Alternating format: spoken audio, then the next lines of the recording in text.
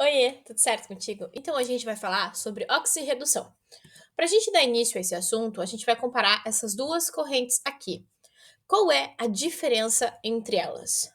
A principal diferença é que a corrente da esquerda apresenta uma cor acinzentada, típica das ligas de ferro, enquanto a da direita já passou pelo processo de oxidação e apresenta uma coloração que é semelhante à das ligas de ferro quando oxidado, do ferro oxidado, né? Formando seus hidróxidos, como nas reações demonstradas no slide, ou os seus óxidos.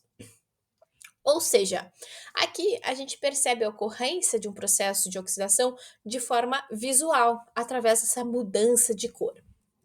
Mas a oxidação, ela pode não ser tão visual assim, mas ela também acontece em muitos processos e é importante do nosso dia a dia, como por exemplo, a formação do vinagre. O vinagre, na verdade, é o álcool etílico que passou por um processo de oxidação e se tornou ácido acético. Então, ali na imagem, a gente tem, por exemplo, a produção do ácido acético do vinagre a partir da uva, né? Ou a partir de qualquer fruta que a gente consiga produzir um álcool. A gente, por exemplo, a partir da uva produz o vinho, que é o álcool etílico proveniente da uva, deixando este álcool, então, etílico de vinho, né? No processo de fermentação, na presença de oxigênio, a gente consegue, através de uma fermentação acética, produzir o vinagre, como neste caso seria o vinagre de uva. Mas a oxidação, a gente sempre viu ali, né, sempre em meio ao oxigênio, que o oxigênio faz com que essa oxidação ocorra. Mas para que a oxidação ocorra, eu preciso de um par, que a gente chama do par de oxidação, que é uma espécie que oxida e outra espécie que reduza. Então, apesar de muitas vezes a gente falar sobre o ferro oxidou, o álcool oxidou, aquele metal oxidou, alguém teve que reduzir para que essa oxidação acontecesse. Então, sempre que algo oxidou, algo também reduziu. Como é o caso aqui da figura, nós temos uma oxidação do ferro, que aqui nós já estamos trazendo uma outra nomenclatura muito importante, que é ânodo, né? O ferro, ele se oxida a ferro 2+. Enquanto que para esta reação de oxidação do ferro acontecer, o oxigênio teve que se reduzir junto à água no cátodo. Outra nomenclatura também importante. Aqui a gente também consegue ver outra reação, né? Nós temos então o etanol, ele resulta de um processo de transferência de elétrons, a oxidação dele, e ele sofre oxidação a partir dessa transferência de elétrons, ocorrendo a redução do oxigênio do ar. Então, eu tenho o álcool virando um ácido acético a partir de oxidação, e quem reduz é o oxigênio. Como a gente consegue perceber se uma espécie oxidou ou se uma espécie reduziu? A partir do número de oxidação. Por não envolver a formação de íons, entretanto, a transferência de elétrons entre as espécies, ela não é facilmente percebida ou verificada, como é, por exemplo, o caso desta reação da formação do ácido acético. Para conhecer uma reação de oxirredução, então, a gente tem que determinar esse número de NOx. É esse número de NOx que vai fazer com que a gente perceba qual é a espécie que está oxidando e qual é a espécie que está reduzindo. Porque quando eu falo de oxidação e redução, eu estou falando de processos em que ocorre a transferência de elétrons, como o slide nos trouxe, mas muitas vezes não é na forma de íons.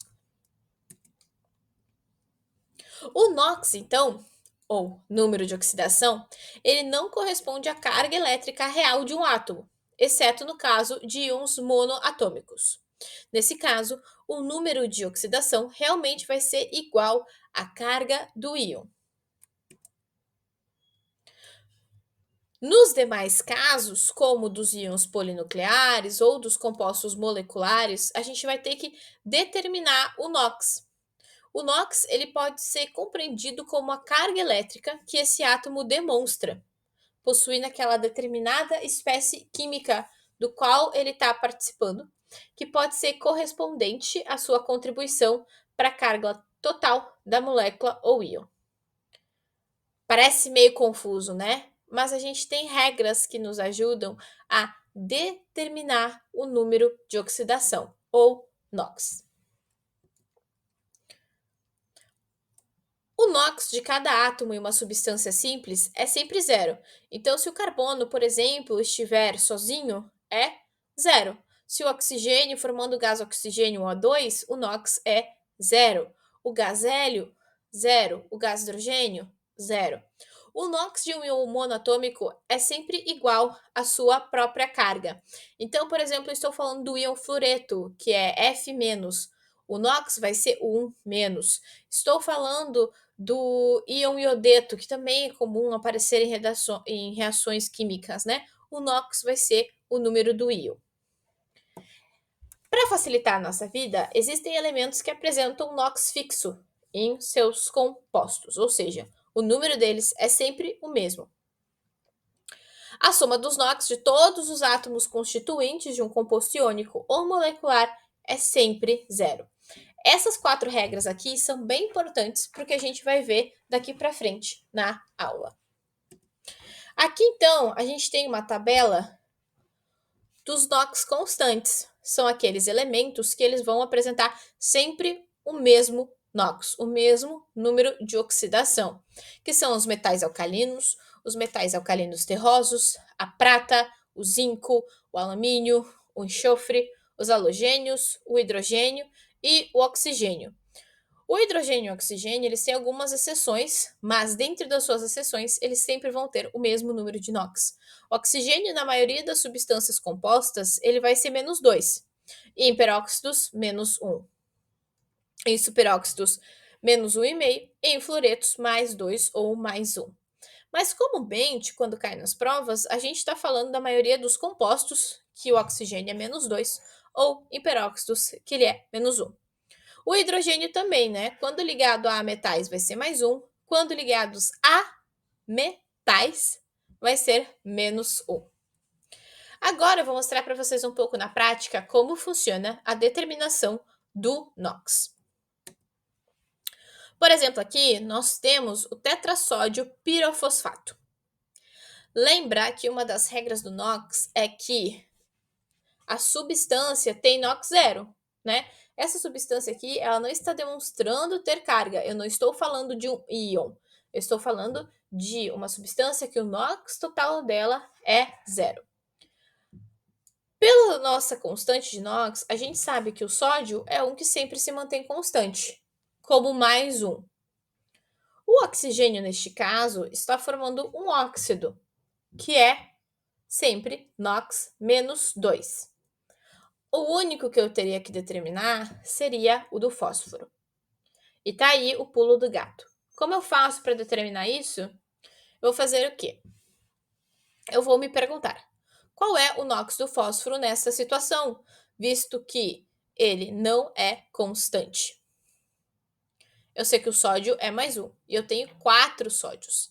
Então, o sódio no total contribui com uma carga de 4+. O fósforo eu não sei, então eu irei chamar ele de X, mas vou multiplicar por 2 porque eu tenho 2 fósforos neste meu composto. Então eu já tenho 4 mais 2x. O oxigênio eu sei que ele é um NOx constante nos óxidos, né? No óxido de fósforo ele está sendo uma constante, então ele vai ser -2. Mas é -2 vezes 7, porque ele aparece 7 vezes ali. Então, a minha equação fica 4 mais 2x menos 14 igual a 0. Muito importante no NOx é a gente realmente utilizar dos sinais, tá? Quando for negativo, como é no caso do oxigênio que é -2, este menos tem que aparecer na hora de montar a equação, senão vai dar errado. Depois de fazer toda a matemática que está ali descrita para vocês, a gente vê que o NOx do fósforo é +5. Eu trouxe aqui um sal agora, né? O carbonato de cálcio. O carbono, ele não tem um NOx fixo, Então, é dele que a gente vai ter que determinar o NOx. O do cálcio, nós sabemos, ele tem o NOx fixo, que é mais 2, e o oxigênio, ele também, nesse caso, é menos 2. Mais 2 vezes 1, porque o cálcio aparece apenas uma vez, mais X, porque o carbono aparece apenas uma vez, mais 3 vezes menos 2. E por que 3? Porque o oxigênio aparece 3 vezes nesta minha molécula. Então, ali eu tenho a equação final, que é mais 2 mais x menos 6. Eu vou resolver o matematiquês e vou perceber que o carbono é mais 4. Aqui eu trouxe também como exemplo o ácido sulfúrico. O hidrogênio, nesse caso, ele tem o seu NOx constante de mais 1. O enxofre é um NOx variável, é o qual eu quero calcular aqui neste composto de ácido sulfúrico. E o oxigênio é menos 2.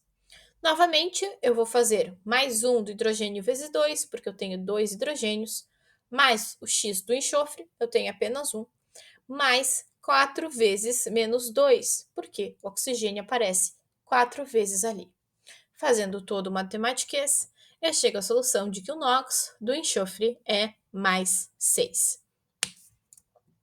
Essas determinações de NOx, elas são extremamente importantes para o assunto que a gente vai falar na próxima aula, que são reações eletroquímicas. Além disso, eu conhecer a determinação do NOx dos elementos facilita muito o balanceamento de reações redox, de reações de redução ou oxidação.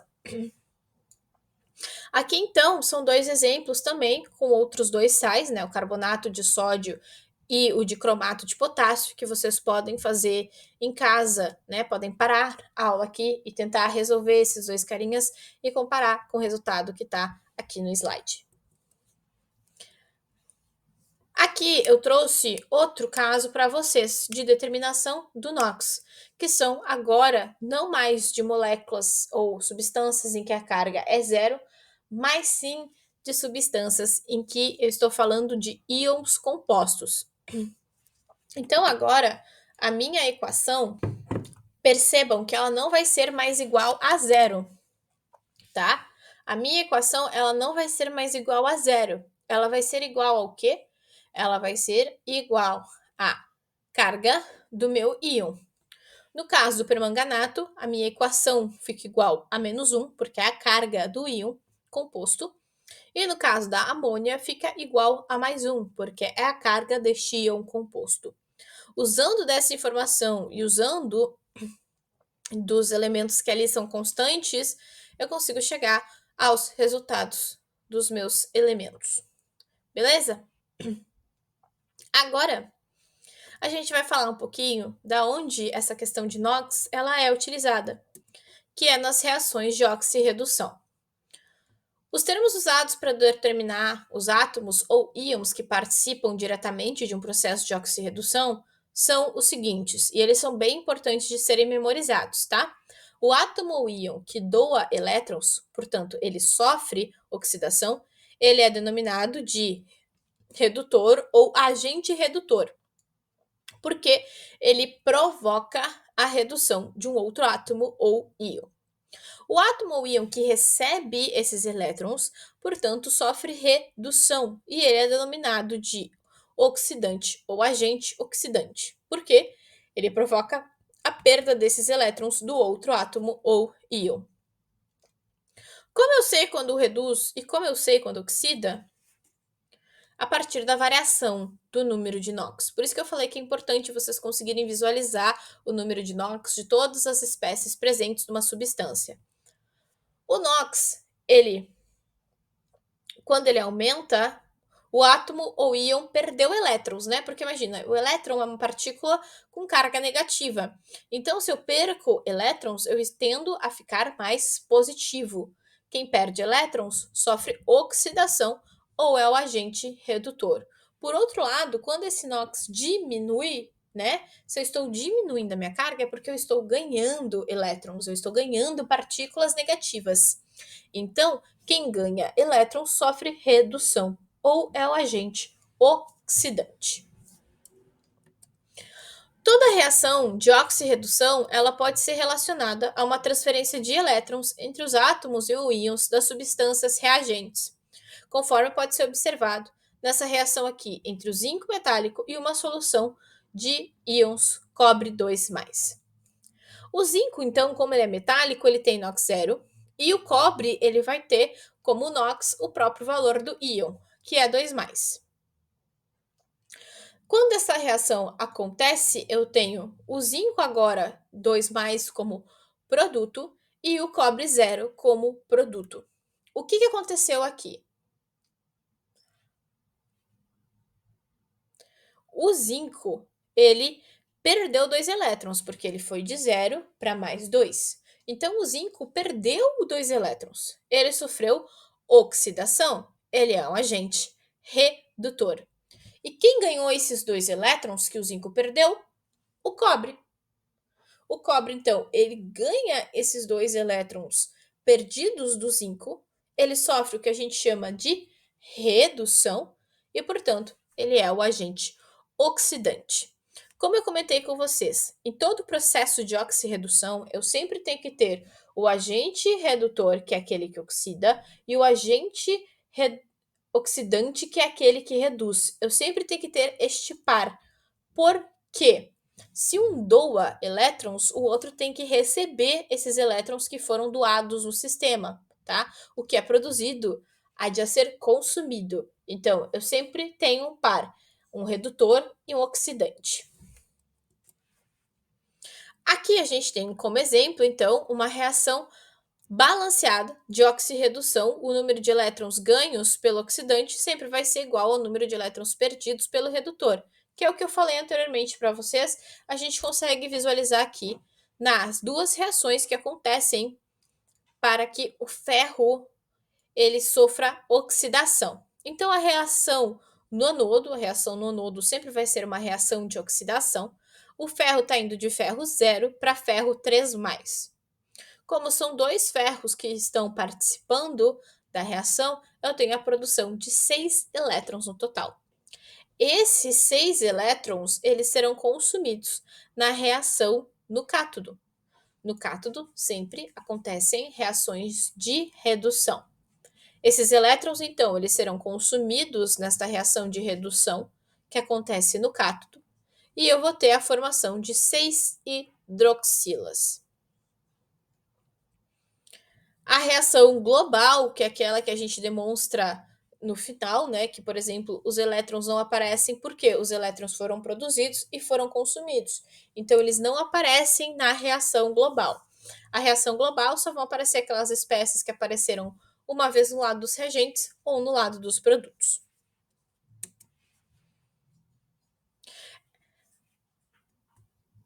Nas reações de oxirredução, é sempre possível identificar a ocorrência da transferência desses elétrons, tá? Pela alteração do NOx das espécies que compõem os reagentes e os produtos. Por isso que eu comentei com vocês que é extremamente importante que a gente saiba identificar nas espécies químicas o NOx de cada um dos elementos que constitui aquele composto químico. Por quê? É o NOx, por exemplo, que vai me demonstrar quantos elétrons participaram daquela oxirredução.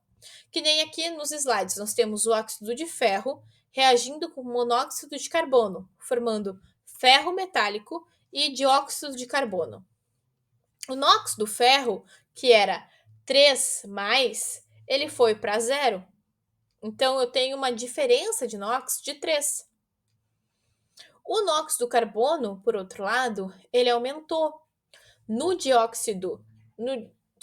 monóxido ele era +2 e no dióxido ele é +4. Ou seja, ele sofreu uma variação de 2. Cada átomo de ferro recebeu 3 elétrons e cada átomo de carbono transferiu estes 2 elétrons. Isso aqui vai facilitar para quê? Para que eu faça o balanceamento da reação, porque no total, entre o que o ferro recebeu e o carbono transferiu, eu tenho que ter a mesma quantidade de elétrons.